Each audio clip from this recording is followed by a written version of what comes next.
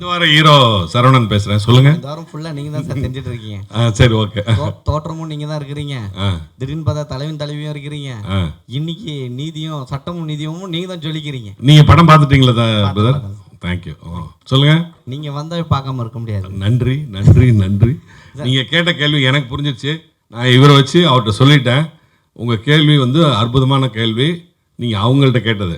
Yes sir. அதனால அதை சொல்லிட்டேன். அதை கன்சிடர் பண்ணோம். அதை கன்சிடர் பண்றதை அவர் பண்ணுவார். நம்ம தமிழ் சார்பில் அவரு ஜூரி ஒருத்தரை ஃபிக்ஸ் பண்ணிருக்காங்க. எங்க கூட தான் உட்காந்து பிரஸ் எல்லாம் பார்ப்பாரு. அவருக்கும் தெரியும். அவர்கிட்ட நீங்க சொல்லிடுங்க. உங்களுடைய கருத்தை நீங்க அவர்கிட்ட சொல்லிட்டீங்கன்னா அவர் டிசைட் பண்ணுவார். அவர் டிசைட் பண்ணி இது எப்படி அவங்க சொன்ன மாதிரி ஸ்க்ரூட்டனைஸ் பண்ணலாம் அப்படின்றத வந்து அவர் டிசைட் பண்ணி அதை மேலே சொல்லிடுவாங்க. தேங்க்யூ. வேற ஏதாவது கேள்வி? இல்லை, உங்ககிட்ட தான் கேட்கலான்னு இருந்தோம். சொல்லுங்களேன் ப்ளீஸ். ஏன்னா இப்போ இருக்கிற சினிமாவில் பார்த்தீங்கன்னா நிறைய பேர் வந்து இந்த ரிவ்யூ பண்ணுறத வந்து சொல்கிறாங்க, ரிவ்யூ பண்ணாதீங்கன்னு சொல்லிட்டு. சமீபத்தில் பார்த்தீங்கன்னா ஒரு படத்துக்கு அப்படி பேசுனாங்க. அதாவது நீங்கள் பேசுனீங்கன்னா ரிவ்யூ பண்ணிங்கன்னா எங்கள் படம் ஓட மாட்டுது, அது இது 2 கோடி நஷ்டமாகுது, இல்லை உழைப்பாளெலாம் வேஸ்ட் ஆகிறான்னு சொல்கிறாங்க. நாங்களும் உழைச்சி தானே உங்கள் படத்தை பார்க்க வரோம். அப்போ எங்களை திருப்தி பண்ணணும்ல. ஸோ அப்படி இருக்கும்போது அடுத்த என் ஃப்ரெண்டு சொல்லுவான், இந்த படத்துக்கு போகலாமா வேணாமான்னு சொல்கிறாங்கன்னு வச்சுங்க. அந்த படம் அவன் சொல்லுவான்ல, ரிவ்யூ இதில் பாரு நல்லா சொல்லுவான் இவன் சொல்கிறான். ஸோ அப்படி இருக்கும்போது ரிவ்யூ பண்ணாதீங்க அப்படின்னு சொல்கிறது நியாயமா நியாயம் இல்லை? ரிவ்யூ பண்ணாதீங்கன்னு சொல்கிறதுக்கு யாருக்குமே உரிமையே இல்லை. யாருக்குமே உரிமை இல்லை. அது அவன் படம் காசு கொடுத்து படம் பார்க்குறவனா இருக்கட்டும், நீங்கள் பெட்ரோல் போட்டு வந்து படம் பார்த்து கருத்து சொல்கிறவங்களா இருக்கட்டும், யாருக்குமே அதை பண்ணாதீங்கன்னு சொல்கிறதுக்கு உரிமை இல்லை. இது பொது வெளியில் யார் வந்துட்டாலும், நடிக்க வந்துட்டாலும் சரி, அரசியலுக்கு வந்துட்டாலும் சரி, மேடை நாடகத்துக்கு வந்துட்டாலும் சரி, இல்லை வேறு ஏதாவது ஒரு சின்ன இது கூத்துக்கு வந்தாலும் சரி, கத்த தான் செய்வான், எதிர்ப்பு இருக்க தான் செய்யும், ஆதரவு இருக்க தான் செய்யும். அதனால் அது மாதிரி நீங்களும் கோவப்பட வேண்டாம், அவங்களும் இதை வந்து ஒரு எதிர்ப்பாக நினச்சிக்க வேண்டாம். ஆனால் இது பாட்டுக்கு நடந்துகிட்டே இருக்கும். வர்ற படத்துக்கு கூட்டம் வந்துக்கிட்டு தான் இருக்குது, ஓடுற படம் ஓடிக்கிட்டு தான் இருக்குது. யாரும் தடுத்து நிறுத்தவே முடியாது. அதில் கண்டென்ட் இருந்துச்சுன்னா கண்டிப்பாக ஜனங்க வரப்போகிறாங்க. சரவணன் சார், ஒன்றும் இல்லை, இன்னைக்கு காலையில் வந்து விஷால் சார் என்ன சொன்னார்னா, 3 டேஸுக்கு வந்து ரிவ்யூ எதுவும் பப்ளிஷ் பண்ணிக்காதீங்க, தேட்டருக்குள்ளே வந்து எடுக்க விடாதீங்க, வெளியே வேணால் நீங்கள் எடுத்துங்க. அப்படி நீங்கள் எடுக்கிறதா இருந்தால் ஃபஸ்ட்டு நீங்கள் போய் தேட்டரை போய் பாருங்கள், பார்த்துட்டு நீங்கள் ரிவ்யூ கொடுத்துட்டு அதுக்கப்புறம் வந்து பப்ளிக் ரிவ்யூ போடுங்கன்றார். இது எந்த இடத்துல சரியாக இருக்கும்? ஏன்னா அவர் வந்து பெரிய பட்ஜெட் படம் பண்ணுறவர், சரிங்களா? அவருக்கு 3 நாளைக்கு வந்து புக் ஆகிடும், அதுக்கப்புறம் வந்து ஒரு ப்ராப்ளம் சால்வ் ஆகிடும். சின்ன சின்ன படங்கள் பண்ணுறவங்களுக்கு அவங்களுக்கு என்ன நிலைமை வரும்? கண்டிப்பாக தவறுங்க. அது கண்டிப்பாக தவறுங்க. அது நான் வந்து இல்லைன்னே மறுக்கவே மாட்டேன். நான் தோற்றம்னு ஒரு படம் நடித்தேன் சார், அவர் சொன்ன மாதிரி தோற்றம்னு ஒரு படம் நடித்தேன். அதுக்கு நீங்கள் ரிவ்யூ பண்ணாதான் அந்த தோற்றம் படமே வெளியவே தெரியும். இது விஷால் சார் படம் மாதிரி கோடிக்கணக்கில் படம் பண்ணுறவங்களுக்கெல்லாம் அது கண்டிப்பாக தேவைப்படாது. ஆனால் சும்மா சின்ன படங்கள் எடுக்கிறவங்களுக்கு கண்டிப்பாக உங்களுடைய ரிவ்யூ அவசியம் தேவை. நான் திரும்ப அன்றைக்கும் அதான் சொன்னேன், இன்றைக்கி தான் சொல்கிறேன், மாற்றி பேசவே இல்லை. அது அவருடைய கருத்து. சாரி, எஸ், இந்த டிஎன்ஐடி பற்றி கேள்வி கேட்டிங்கன்னா இல்லை சார், இவர்கிட்ட கேட்கலாம், சரவணன் சார்கிட்டே கூட கேட்கலாம் திரும்பவும். சரவணன் சார், சேலத்தில் ஸ்டுடியோ ஏவிஎம் மாதிரி பெருசாக செட் ஆகிட்டு இருக்கு. டிஎன்டி 2025 26 வந்து அங்கே வைக்கிறதுக்கான வாய்ப்பு இருக்குமா? ரகுபட் நான் கூப்பிட்டு அங்கே வந்து பண்ணுவார். ரகுபட் சார், நான் ஒரு ஸ்டுடியோ ஒன்று ஓப்பன் பண்ண போகிறேன். விநாயகர் சதுர்த்தி அன்னைக்கு சேலத்தில் மிகப்பெரிய பிரம்மாண்டமான ஒரு ஓப்பனிங் இருக்குது. அது இந்த வருஷத்துக்கு நான் வந்து ஓப்பன் பண்ணிடுறேன். அதுக்கு அடுத்த வருஷம்லாம் நீங்கள் வந்து சேலத்தில், பெங்களூர் பக்கம்தான், அதனால் அங்கே வந்து நம்ம பண்ணலாம், ஃபங்க்ஷன் பண்ணலாம். நான் இப்பயே சொல்லிட்டேன். Thank you brother. கௌஷிக் ப்ரோ, என்னன்னா உங்களுக்கே தெரியும் இங்கே இருக்கிற டிஃபிகல்ட்டி. ஏன்னா நம்மளே வந்து ஒரு பெரிய ரிப்போர்ட்டரை பார்த்துருப்போம். அவர் வரும்போது நம்ம வந்து ஃபஸ்ட்டெல்லாம் வந்து சும்மா ஒரு பேருக்கு சொல்கிறேனே, ஒரு பெரிய பேப்பரில் ஒர்க் பண்ணியிருப்பாங்க. அவர் ரிட்டையர்ட் ஆகிட்ட பிறகு, சரிங்களா, ஆனால் வந்து அவர் அவார்டு கொடுக்கல. ரிட்டையர்ட் ஆகிட்ட பிறகு அவர் நம்ம யாருமே கண்டுக்கிறது கிடையாது. ஸோ அவங்களும் சில பேர் மன வருத்தத்தில் இருக்காங்க. ஸோ அதுமாதிரி கேட்டகரிகளுக்கு வந்து உங்களுக்கு தர முடியுமா? இந்த ஈவெண்ட்லேயே வந்து பார்த்திங்கன்னா ஸ்பெஷல் கேட்டகரி அப்படின்னு வந்து ஒன்று இருக்குது. ஸோ இந்த மாதிரி யாரும் விட்டு போயிடக்கூடாது, யாரையுமே நம்ம வந்து மறந்துடக்கூடாது. ஸோ ரெக்கக்னைஸ் பண்ணணும் அப்படிங்கிறதுக்காக தான் அந்த கேட்டகரியும் இருக்குது. அதனால நம்ம யாரையும் விட போகிறதில்ல, அண்ட் யாரையும் நம்ம மறக்கவும் போகிறதில்ல. ஸோ கௌரவிக்கிற விதத்தில் கண்டிப்பாக கௌரவிப்போம். எல்லா துறையுமே, ஒரு ஜேர்னலிசம்க்கு என்னென்ன துறையெல்லாம் இருக்கோ அந்த எல்லா பீட்டில் இருக்கிறவங்களுக்குமே இதில் கண்டிப்பாக ரெக்கக்னைஸ் பண்ணப்படுவாங்க. கௌசிக் ப்ரோ, இது பத்திரிக்கை ரிப்போர்ட்டர்ஸ்லேயே சங்கங்கள் இருக்கு. இதுக்கு என்ன சொல்ல முடியும்? சங்கத்துக்குலாம் அவார்ட் கிடையாது. இல்லை ரிப்போர்ட்டர்ஸ் இந்த சங்கத்தில் கொடுக்கலாம் அந்த சங்கம் கொடுக்கலையேன்னு கேட்பாங்களே, அதுக்கு என்ன பண்ணும்? நீங்கள் பார்க்காத சங்கமா? சங்கத்துல இருக்கிற சில பேர்லாம் கடைசியில் உட்காந்துருக்காங்க. நான் வெளில சொல்றேன். இது தேங்க்யூ. இல்லை உங்கள் சங்கமாக இருக்கலாம், அது எனக்கு தெரியாது. நான் எந்த சங்கத்தையுமே இல்லை. ஒன்று இருக்குது சரிங்களா. அதில் வந்து பெரிய பெரிய சேனல்ஸ்லாம் இருக்காங்க. ஆனால் வந்து சில இடத்துல வந்து 2 பீப்புள் தான் வந்து ஒர்க் பண்ணுவாங்க. ஸோ அவங்களெல்லாம் எப்படி செலக்ட் பண்ணுவாங்க? ஏன்னா அவங்களும் சில பேர் வந்து பெரிய லெவலில் ரீச் ஆகிற மாதிரி ஒரு கண்டென்ட்லாம் போடுவாங்க. அவங்களெல்லாம் செலக்ட் பண்ணுவீங்களா? Right now, no YouTube channels and social media. We are only doing for the electronic media. So satellite channels. Satellite சேனல்ஸில் வந்து ஒரு 10 ரிப்போர்ட்டர்ஸ் இருக்காங்க.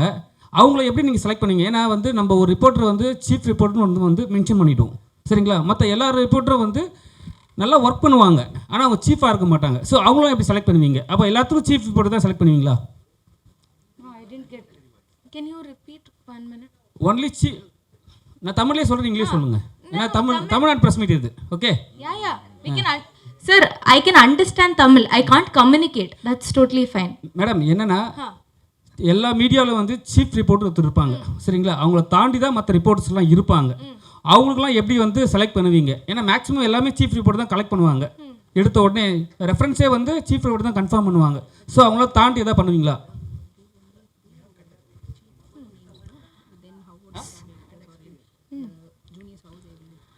So, sir, firstly, we go meet all the channels, the chief editors or the CEOs. They will take the form, and the chief editors, as you mentioned, usually fill the form. After they fill the form, we have different categories over there. So, for movie, film, crime, different categories. What they fill, then we scrutinize. Also, we ask them if there is any special category that they want to mention, they can fill that and send it to us. நிறைய reporters வந்து channel வந்து வெளியே வந்து ஒரு YouTube channel ஆரம்பித்து பெரிய லெவலில் போகிறாங்க. அவங்களும் சீஃப் ரிப்போர்ட்டர்ஸ் அண்ட் மெயினான ரிப்போர்ட்டர்ஸ். அவங்கள எப்படி செலக்ட் பண்ணுவீங்க? ஏன்னா அவங்கள தவிர்த்துட்டு தமிழ் பொலிட்டிக்கலும் சரி சினிமாவிலும் சரி எந்த வித ரிப்போர்ட்டும் பண்ண முடியாது. Based on their program, sir, once we are done, we take the report from them. We contact them, we ask them to send their profiles and their resumes.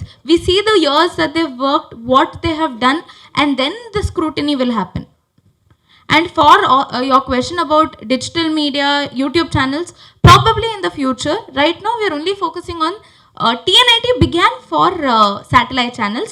So this is only for satellite channels. But in the future, we have different categories that we are coming from. The New Indian Times will come with 2 other categories for radio and newspapers, for social media, for digital channels, for YouTube channels, for non-satellite channels as well. சித்தப்பு கிட்ட கொடுங்க. இந்த வார hero சித்தப்பு. இல்லை 1 minute, அதுக்கு முன்னாடி clarification. இது வந்து நீங்கள் சேட்டலைட் சேனலில் ஒர்க் பண்ணுறவங்களுக்காக மட்டும்தான் இப்போதைக்கு அவங்க வந்து பிளான் பண்ணி அதை எக்ஸிக்யூட் பண்ணிட்டு இருக்காங்க. ஸோ சேட்டலைட் சேனல்லேருந்து வெளியில் வந்து ஃப்ரீலான்சராக இருக்கிறவங்கள வந்து இப்போ அவங்களுடைய அந்த கேட்டகரியில் இல்லைன்னு சொல்கிறாங்க. ஃபியூச்சரில் கொண்டு வராங்களாம். எடுக்கிறவங்க சேட்டலைட் கிடையாது பாதி பேர். என்ன பண்ணுவீங்க? ப்ரொமோஷன் உங்கள் மூலியமாக கிடைக்கும்ல. அப்புறம் எப்படி சேட்டலைட்டுக்கு மட்டும் கொடுப்பேன்னு நீங்கள் சொல்லலாம்? You're absolutely correct. அப்ப எல்லாம் போயிடலாமா? நாங்களாம் போயிடலாமா?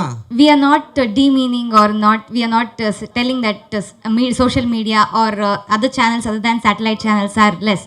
Only thing was when it was started, the TNIT, when it was started initially 7 years back, we started with the visual media because Raghubat sir was working in the visual media and he was logging there, and everyone were asking that we don't get recognition in visual media.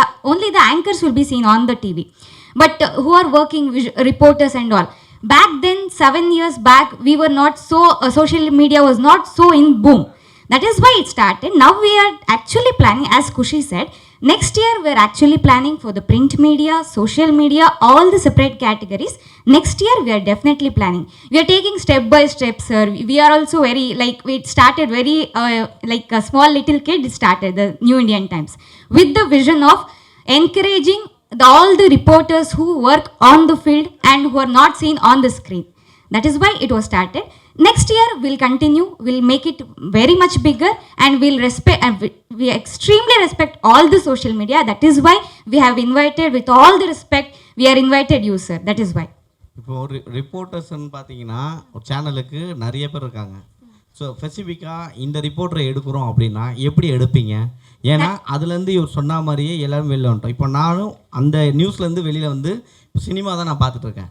So அப்படி இருக்கும்போது நீங்கள் அவங்க crime பார்த்துருப்பாங்க, திடீர்னு சினிமாவுக்கு மாறி இருப்பாங்க. எப்படி நீங்கள் அவங்கள அனலைஸ் பண்ணுவீங்க? That is why we have our jury, sir. We have gone to the channels. We have given all the nomination forms to them. The chief editors, the main chief editors will be filling the forms. Okay, we don't know what is internally what are the chief editors or reporters in the channel. So they'll fill and give. After that, scrutinizing based on their profile. We all the juries will be scrutinizing together, not one jury, not two jury. All the state jury will see their profile, they will scrutinize, they will select the awardee. சித்தப்போ வந்திருக்க எல்லாருக்கும் வணக்கம். இந்த AV பார்த்து ரொம்ப பிரமிக்க வைக்குது. ஏன்னா எவ்வளோ வருஷமாக